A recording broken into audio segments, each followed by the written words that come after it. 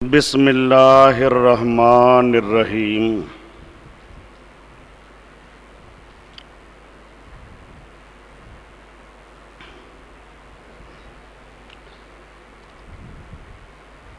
مشرکین مکہ کا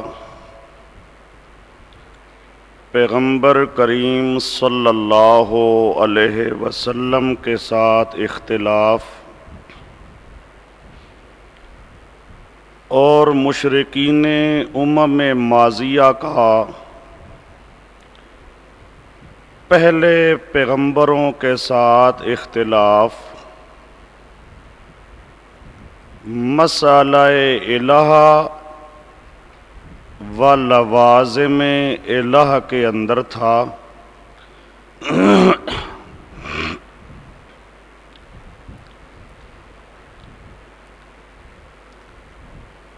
یعنی شرک فی التصرف، شفاعت غالبہ، شرک فی العلم، شرک فی العبادت والالوہیت، یہ چار مسئلے ہیں جن میں ہر زمانے کا مشرک شرک کا قائل رہا اور پیغمبر توحید کی دعوت دیتے رہے۔ اتنا کچھ اختلاف طے ہو جانے کے بعد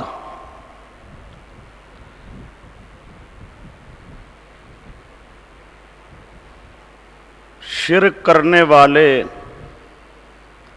اس مسئلہ توحید پر جو مختلف شبہات پیش کرتے ہیں، ان میں پہلا شبہ آپ کے سامنے پیش کیا گیا۔ پہلے شبے کا جواب آپ کے سامنے کچھ آ چکا ہے اور کچھ جواب اب انشاءاللہ پیش کیا جائے گا۔ پہلے شبے کا تعلق عقیدہ مساوات کے ساتھ ہے۔ اس میں دو عنوان ہیں، دو انداز ہیں، ایک منفی دوسرا مثبت۔ منفی عنوان کہ مشرکین مکہ مساوات کے قائل نہیں تھے، یہ اب تک آپ کے سامنے پیش ہو چکا ہے۔ مساوات کے قائل نہیں تھے یعنی اپنے معبودوں کی صفات کو اللہ کی صفات جیسا یعنی ذاتی نہیں سمجھتے تھے، اپنے معبودوں کی صفات کو اللہ کی صفات جتنا یعنی لا محدود اور لا متناہی نہیں سمجھتے تھے۔ یہ عنوان ہے منفی، یہ آپ کے سامنے پیش ہو چکا ہے۔ اب اس کے بعد دوسرا انداز ہے، دوسرا طرز ہے، دوسرا عنوان ہے، یہ عنوان مثبت ہے کہ مشرکین مکہ عطائی کے قائل تھے۔ پہلے تھا ذاتی کے قائل نہیں تھے، مساوات کے قائل نہیں تھے۔ اب دوسرا عنوان آئے گا مثبت انداز میں کہ وہ عطائی کے قائل تھے۔ اب آئیے، یہ دوسرا جو جواب اب دے رہا ہوں مثبت انداز میں، مشرکین مکہ بھی اور مشرکین مکہ سے پہلی امتوں کے جتنے مشرک گزرے ہیں، یہ تمام کے تمام اپنے معبودوں کے صفات کو عطائی سمجھتے تھے۔ عطائی سمجھنے کے باوجود وہ مشرک تھے.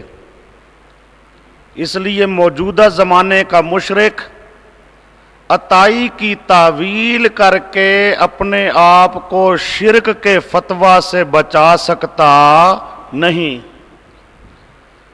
آج ہمارے اس زمانے کا مشرک بھی عطائی کا قائل ہے کہ پیروں فقیروں کے لیے یہ صفات عطائی ہیں. پیر فقیر متصرف کارساز حاجت روا مشکل کشا ہیں. عطائی طور پر غائبانہ سنتے ہیں، غائبانہ جانتے ہیں، غائبانہ دیکھتے ہیں، عطائی طور پر.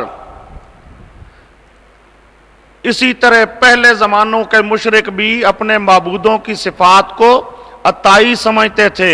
عطائی سمجھنے کے باوجود وہ شرک کے فتویٰ سے بچ نہ سکے. موجودہ زمانے کا مشرک بھی عطائی کی تعویل کرنے کے باوجود اپنے آپ کو شرک کے فتویٰ سے بچا سکتا نہیں ہے.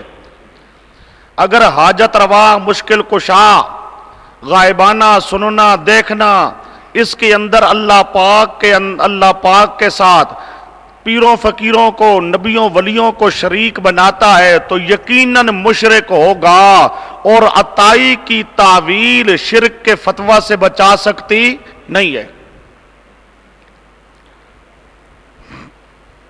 اب آئیے اس چیز کا ماخذ کہ پہلے زمانوں کے مشرک بھی اپنے معبودوں کی صفات کو عطائی تفویضی وہبی کہ اللہ نے ان کو یہ چیزیں عطا کی ہیں، سپرد کر دی ہیں، ہبہ کر دی ہیں. ان پیروں فقیروں کی نبیوں ولیوں کی صفات عطائی ہیں. اللہ نے ان کو طاقت دے دی ہے کہ یہ نبی ولی سن سکتے ہیں، جان سکتے ہیں، حاجت روائی کر سکتی ہیں، مشکل کشائی کر سکتی ہیں. اللہ پاک نے یہ طاقتیں ان کو عطا کر دی ہیں. پہلے زمانے کے مشرک اسی عقیدے کے قائل تھے. اب آئیے ماخذ نمبر 1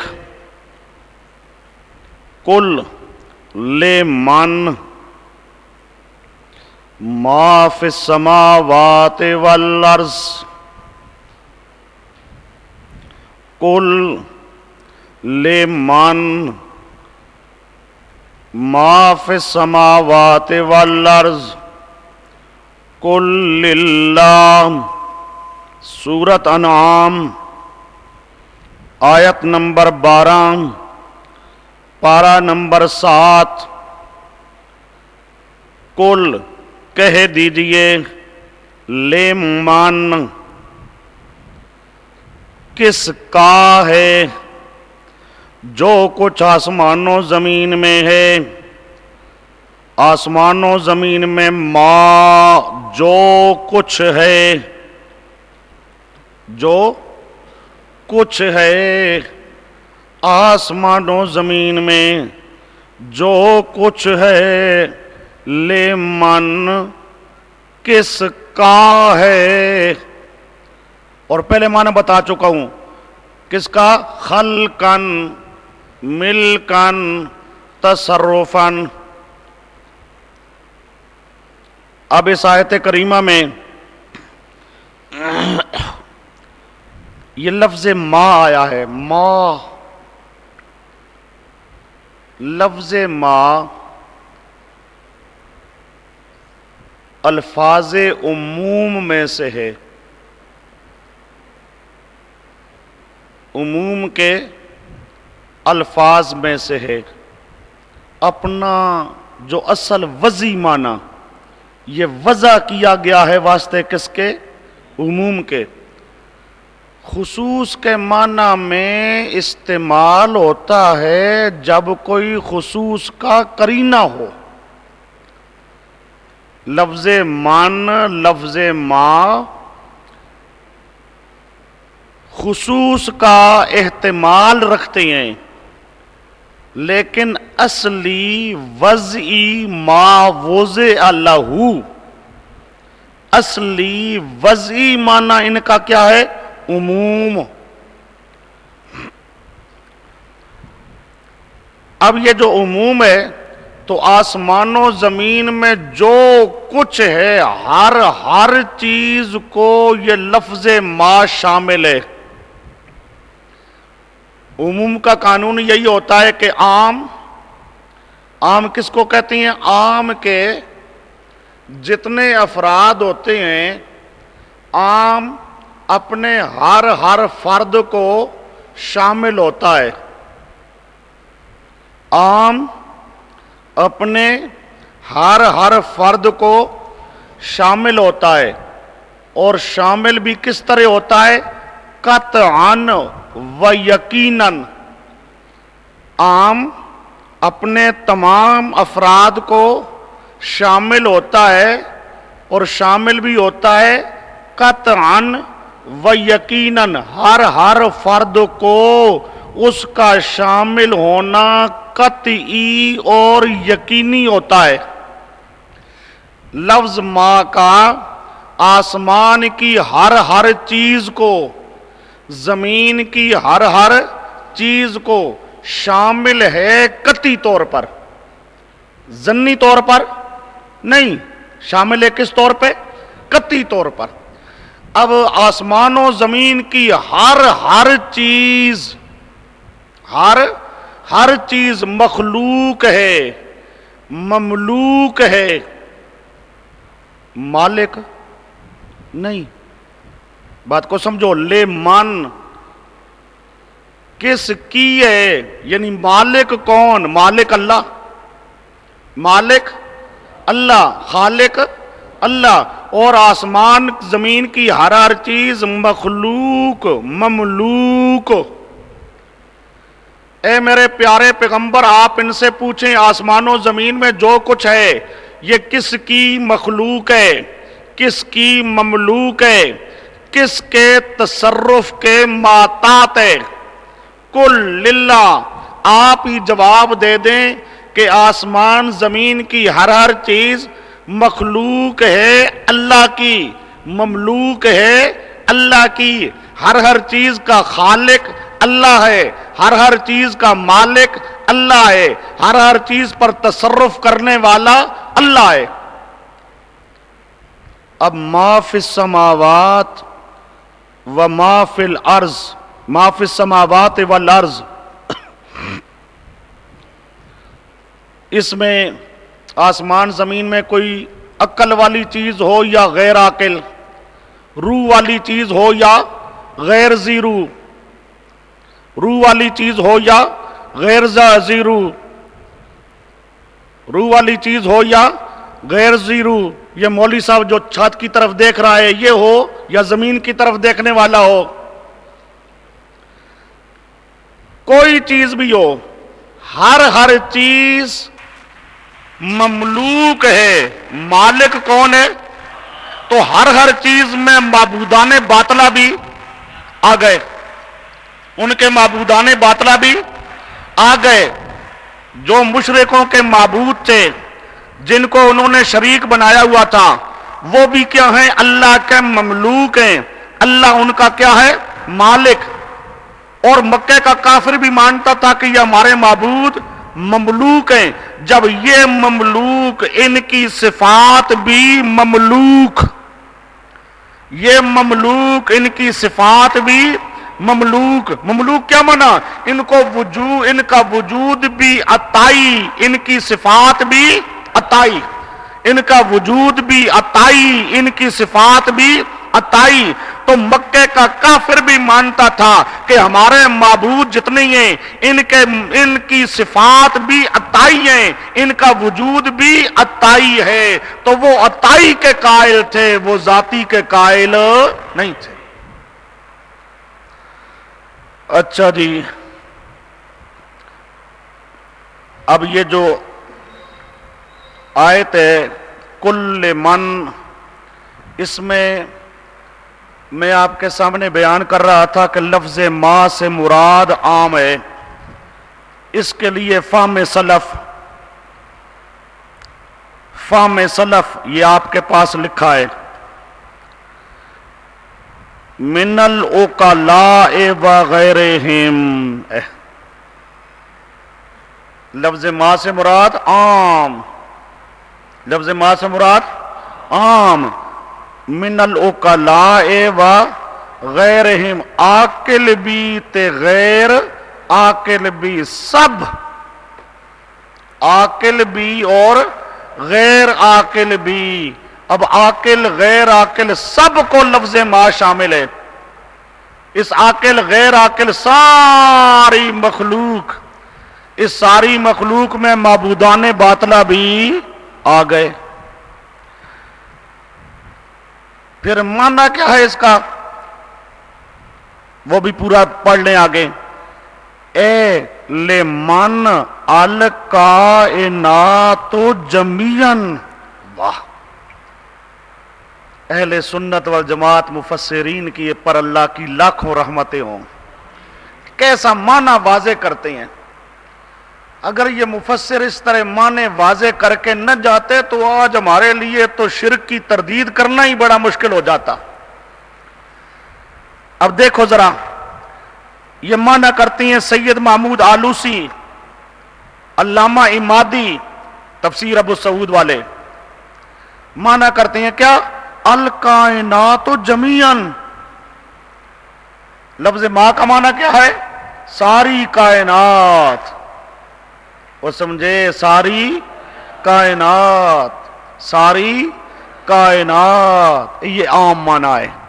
لمن الکائنات جمیعاً، اب لمن لام کا معنی کیا ہے، خلقن و ملکن و تصرفن، خلقن و ملکن و تصرفن، یعنی ساری کائنات کا خالق صرف اللہ، یہ مخلوق ہے، ساری کائنات کا مالک صرف اللہ، اور ساری کائنات مملوک ہے، ساری کائنات پر تصرف کرنے والا اللہ۔ تفسیر ابو سعود صفحہ 129 جلد نمبر 2، تفسیر روح المعانی صفحہ 104 جلد نمبر 7۔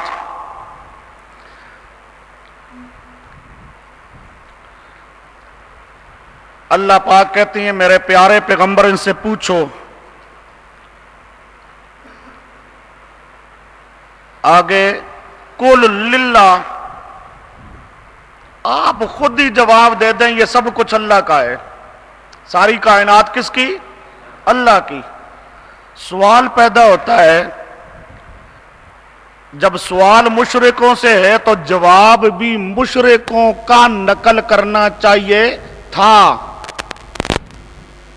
لیکن مشرکوں کا جواب نقل نہیں کیا گیا، بلکہ پیغمبر کریم صلی اللہ علیہ وسلم کو فرمایا گیا کہ آپ جواب دے دیں قل للہ، حالانکہ سوال کے جواب میں جواب تو مشرکوں کی طرف سے آنا چاہیے تھا۔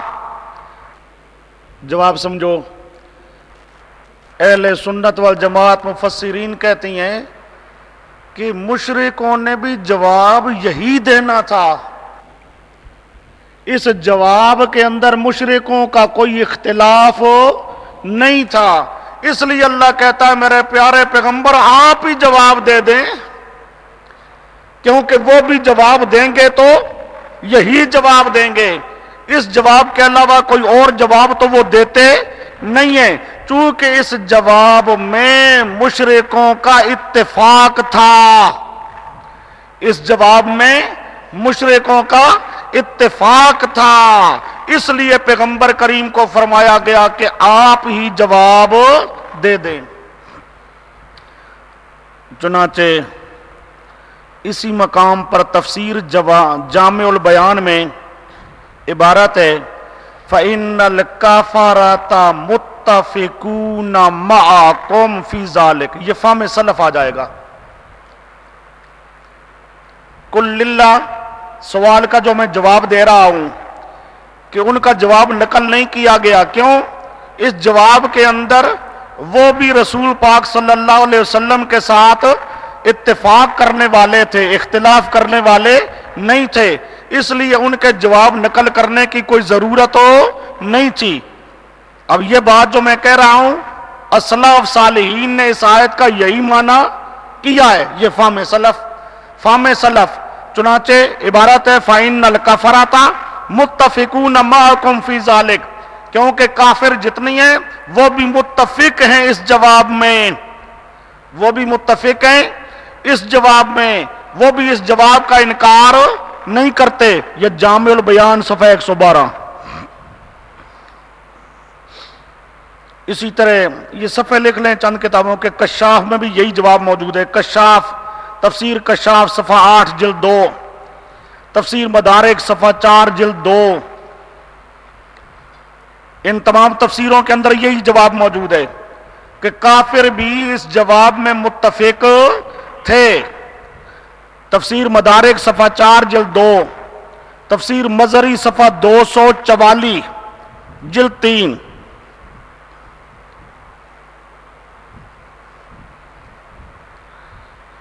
تفسیر بیضاوی صفحہ 255 جلد نمبر 1۔ یہ مختلف اہل سنت والجماعت مفسرین کے حوالہ جات ہیں جو اس آیت کا معنی بتاتے ہیں کہ اس جواب میں مشرکین کا اختلاف نہیں تھا، اس لیے پیارے پیغمبر ہی کو فرمایا گیا آپ ہی جواب دے دیں، کیونکہ اس جواب میں وہ آپ کے مخالف نہیں ہیں، متفق ہیں۔ اب یہ قرآن پاک کی آیت بتا رہی ہے کہ مکہ کا کافر بھی مانتا ہے، کیا مانتا ہے؟ ما فی السماوات والارض کے اندر ان کے معبود بھی موجود ہیں، اپنے معبودوں کو مخلوق مملوک مانتا ہے۔ مشرک اپنے معبودوں کو کیا مانتے ہیں؟ مخلوق مملوک، مملوک مالک نہیں، اور سمجھو مالک مملوک ہیں، کیا مطلب؟ ان کا وجود بھی عطائی، ان کی صفات بھی عطائی۔ یہ جو آگے وہ کہتے ہیں جی سنتے ہی ہیں، دیکھتے ہی ہیں، کر سکتی ہیں، حاجت روا ہیں، مشکل کشا ہیں، کہتے ہیں یہ صفات اللہ نے ان کو عطا کی ہیں، ورنہ ان کا اپنا وجود وہ بھی اللہ کی عطا ہے۔ جب وجود اللہ کی طرف سے عطا تو وجود کی صفات بھی اللہ کی طرف سے عطا۔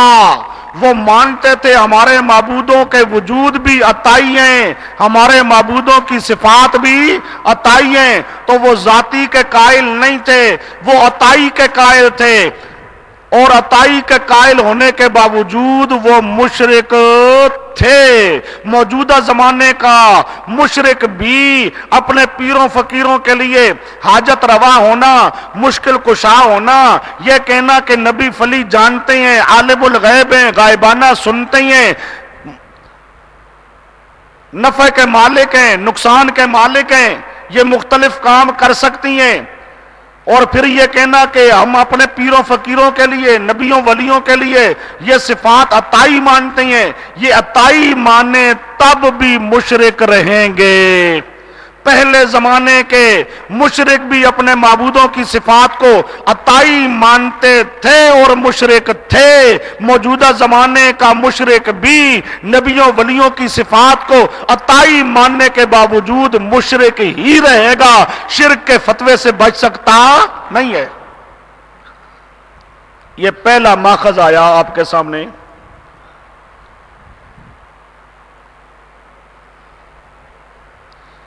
آگے ماخذ نمبر 2،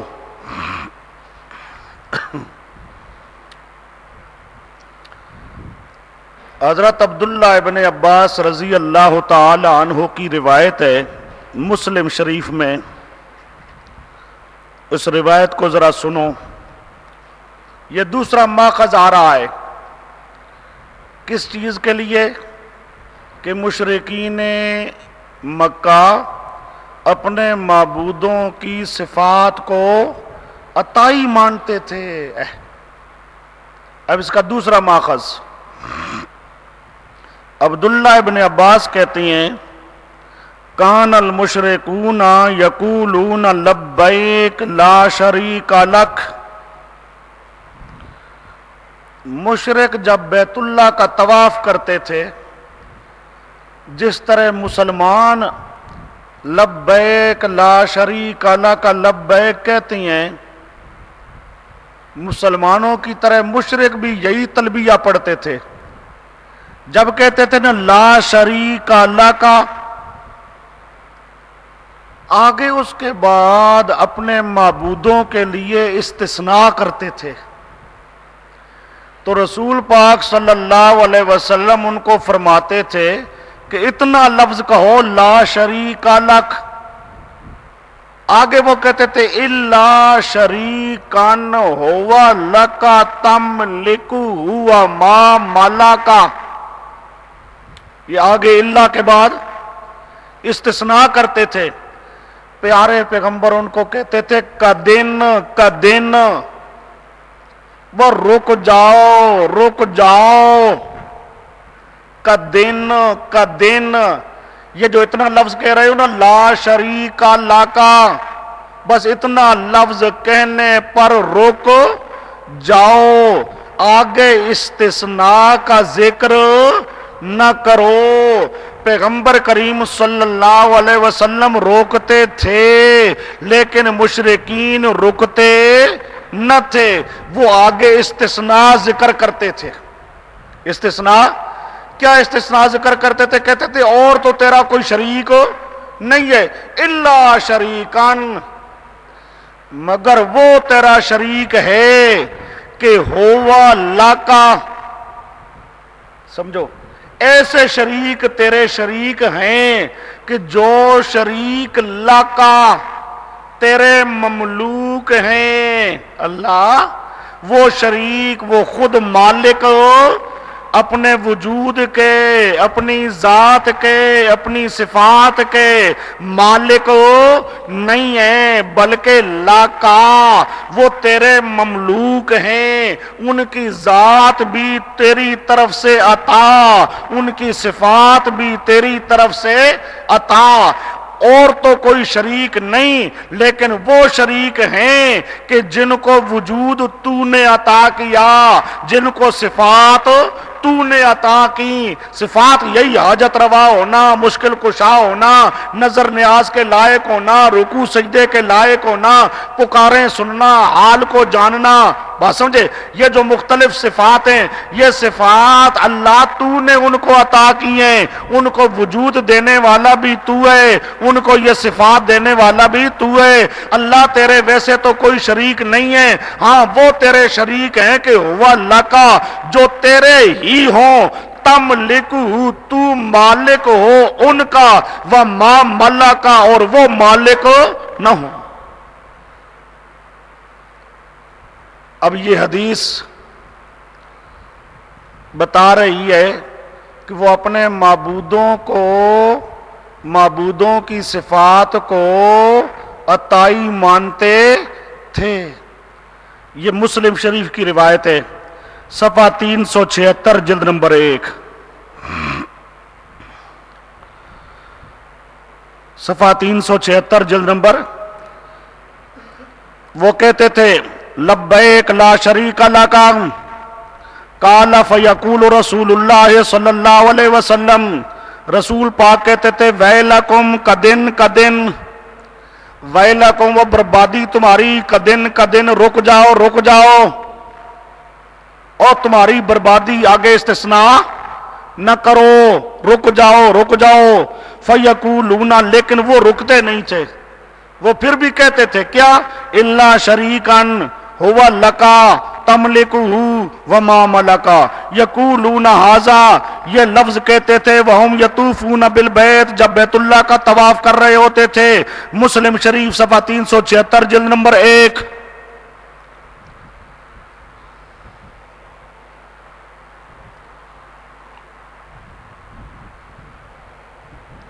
اب یہ حدیث بتاتی ہے کہ مشرکین مکہ اپنے معبودوں کو اور معبودوں کی صفات کو کیا مانتے تھے؟ عطائی، مملوک مانتے تھے۔ اب ذرا تھوڑی سی وضاحت اس کی سمجھو۔ یہ تملکہ و ما ملکہ، یہ لفظ ما ملکہ یہاں پر شارحین حدیث نے دو معنی کیے ہیں۔ پہلا معنی کہ یہ ما نافیہ ہے، دوسرا معنی کہ ما موصولہ ہے۔ یہ دونوں معنوں کے لیے حوالہ ہے یہ مرقات کا، مرقات صفحہ 289 جلد نمبر 5۔ ما نافیہ ایک معنی، ما موصولہ دوسرا معنی۔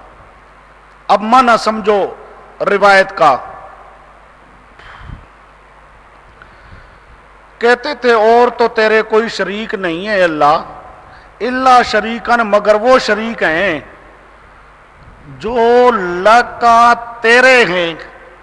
یہ لکا وہی لام ہے، خلقن ملکن تصرفن۔ وہ سمجھے؟ ایک تو اس لفظ لکا میں مسئلہ حل ہو گیا کہ وہ جو شریک ہیں وہ تیرے مملوک ہیں، وہ اپنی ذات کے، اپنی صفات کے مالک نہیں ہے، بلکہ ان کی ذات، ان کی صفات کا مالک اللہ تو ہے۔ تو نے ذات بھی ان کو عطا کی، صفات بھی تو نے ان کو عطا کی۔ یہ لفظ لکا ایک تو یہاں سے معلوم ہو گیا کہ وہ اپنے معبودوں کی صفات کو کیا مانتے تھے؟ عطائی۔ اور آگے آؤ، آگے لفظ ہے تملکو، وہ شریک ایسے ہیں کہ ان شریکوں کا مالک اللہ تو ہے۔ تملکو، تو مالک ہے اس شریک کا۔ وما ملکا، وہ شریک اپنا مالک نہیں ہے، وہ شریک اپنی ذات کا، اپنی صفات کا مالک نہیں ہے۔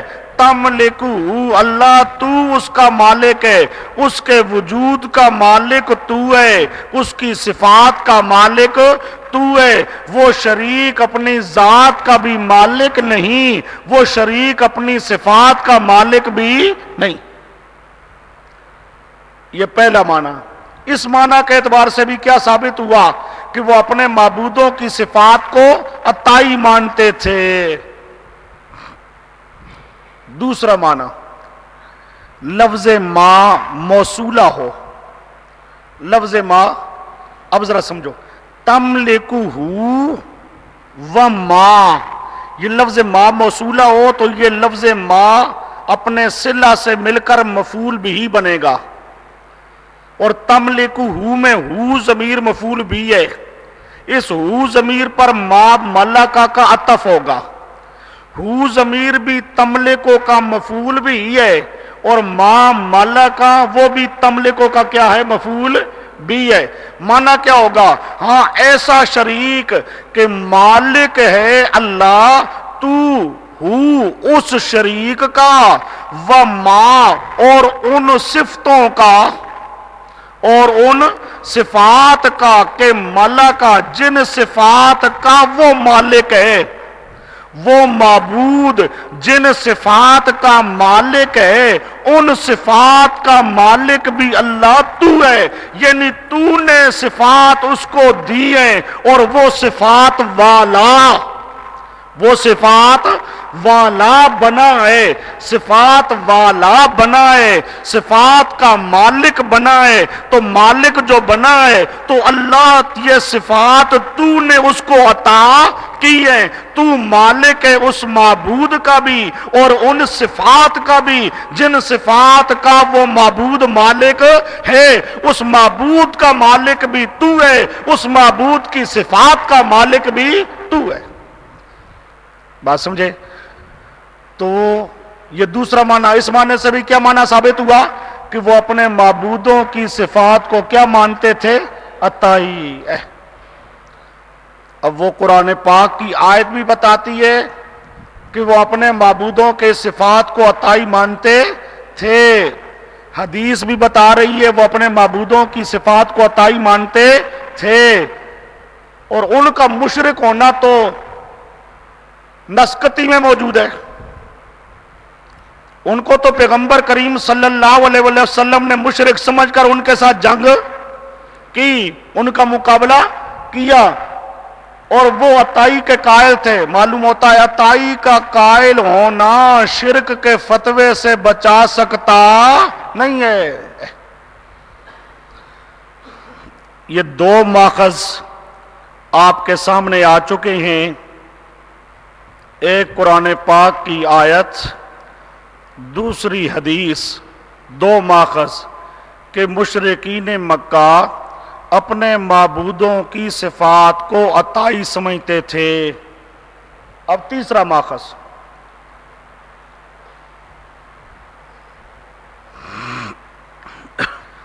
تیسرا ماخذ یہ جو معنی میں نے کیا ہے ما نافیہ کا اور ما موصولہ کا، جس طرح مرکات کا حوالہ آپ کے پاس لکھا ہے اسی طرح اشیات اللمات کا حوالہ بھی بے شک لکھ لو. اشیات اللمات صفحہ 315 جلد نمبر 2. اشیات اللمات صفحہ 315 جلد نمبر 2.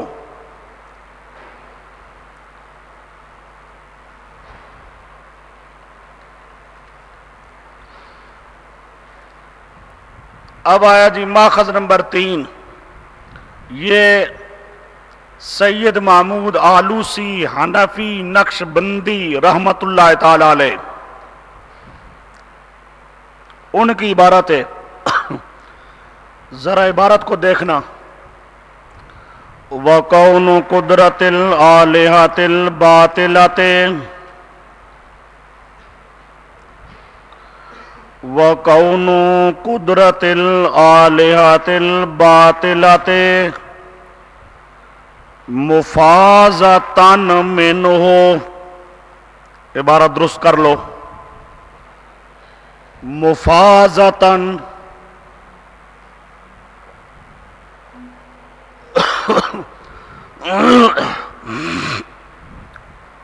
مفازتاً، مفازہ افاظہ یفیزو سے مفعول کا صیغہ، اسم مفعول کا.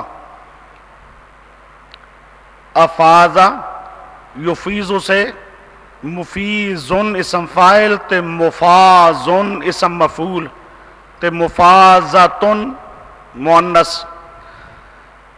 کون قدرت الآلہۃ الباطلۃ مفازتن منہ. یہ مفازتن کانا یکون کون کی خبر ہے. قدرت مضاف الیہ ہے فی الحال، حقیقت کے اندر وہ قدرت کانا یکونوں کا اسم ہے، اور مفازتن کیا ہے اس کی خبر ہے. معبودان باطلہ کی قدرت کا عطائی ہونا. مفازہ فیض دیا ہوا، فیض یعنی عطا کیا ہوا. یہ جو قدرت ہے معبودان باطلہ کے پاس، معبودان باطلہ کو وہ کہتے تھے قادر ہیں، حاجت روا ہیں، مشکل کشا ہیں، کر سکتی ہیں. یہ جو قدرت والی صفت ہے معبودان باطلہ کی، یہ قدرت ذاتی نہیں، مفازہ فیض دی ہوئی، عطا کی ہوئی. اللہ نے ان کو عطا کی ہے. یہ قدرت کا عطائی ہونا مسلمن مسلمن عند الکفرہ. معبودان باطلہ کی قدرت، یہ قدرت کیا ان کی صفت، اور سمجھے معبودان باطلہ کی صفت ہے. معبودان باطلہ کی جتنی صفات ہیں، عالم ہونا، سمیع بصیر ہونا، حاجت روا مشکل کشا ہونا، قادر ہونا، یہ جو صفات ہیں ان کی، یہ صفات مفازتاً کیا ہیں؟ عطائی ہیں. صفات کیا ہیں؟ عطائی ہیں. مسلمون، یہ عقیدہ مسلمون عند الکفرہ، کافروں کے نزدیک بھی یہ عقیدہ مسلم تھا. کافر اور مشرک مکہ کے وہ بھی مانتے تھے کہ ہمارے معبودوں کی جو صفات ہیں یہ صفات کیا ہیں؟ عطائی ہیں. صفات کیا ہیں؟ عطائی ہیں. اپنے معبودوں کی صفات کا عطائی ہونا وہ مانا کرتے تھے. ان کے نزدیک یہ بات مسلم تھی. آگے لِأَنَّهُمْ لَا يُنْكِرُونَ اَنَّا مَخْلُوقَةٌ لِلَّهِ تَعَالَى بِجَمِيعِ صِفَاتِهَا. کیوں وہ انکار نہیں کرتے تھے کہ بے شک وہ معبود مخلوق ہیں اللہ کی. وہ معبود اللہ کی کیا ہیں؟ مخلوق. بِجَمِيعِ صِفَاتِهَا، اپنی تمام صفات کے ساتھ. یعنی معبود ان کی ذات بھی مخلوق ہے، ان کی صفات بھی مخلوق ہے. اور جب مخلوق مانا جائے تو مانا یہ ہوتا ہے کہ اس کو وجود بھی اللہ نے دیا، اس کو صفات بھی اللہ نے دی. اللہ کی لاکھوں رحمتیں ہوں سید محمود آلوسی پر. ہاں بڑی بہترین عبارت ہے. سمجھو یہاں سے قانون سمجھا رہا ہے. قانون کہ جو مخلوق ہے، جب کوئی مانے کہ فلاں مخلوق ہے تو مخلوق ماننے کا مطلب یہ ہے کہ اس کی ذات بھی عطائی ہے، اس کی صفات بھی عطائی ہے. اور سمجھے جب مخلوق مان لیا تو اس کا ذات کا عطائی ہونا، صفات کا عطائی ہونا مان لیا. اب اس قانون کو سامنے رکھنا ہے.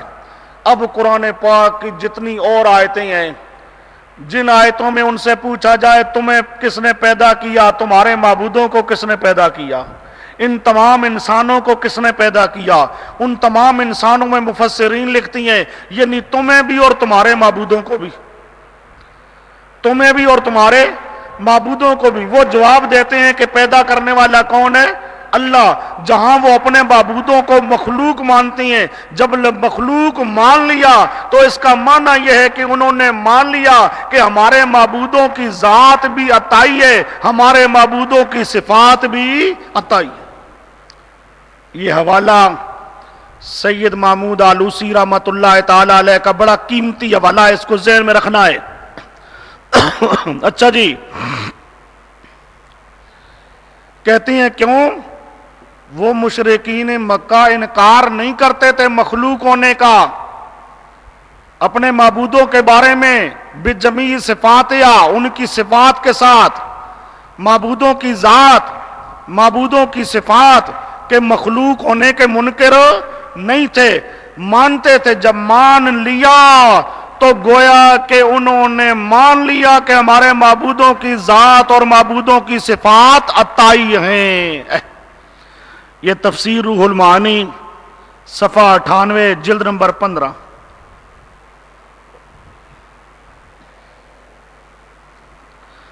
صفحہ 98 جلد نمبر 15. اچھا جی، یہ 3 ماخذ آپ کے پاس آ چکے ہیں. اب ماخذ نمبر 4.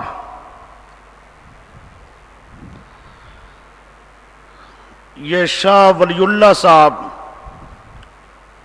محدث دہلوی رحمۃ اللہ تعالی علیہ کی عبارت ہے. یہ عبارت پہلے بھی گزر چکی ہے. اب اس کو دیکھو. شاہ صاحب لکھتے ہیں ذهبوا الى ان الصالحین من قبلہم، وہ مشرکین مکہ ان کا یہ مذہب تھا کہ پہلے صالحین لوگ جو پہلے گزر چکے ہیں. سمجھو ذرا بات کو.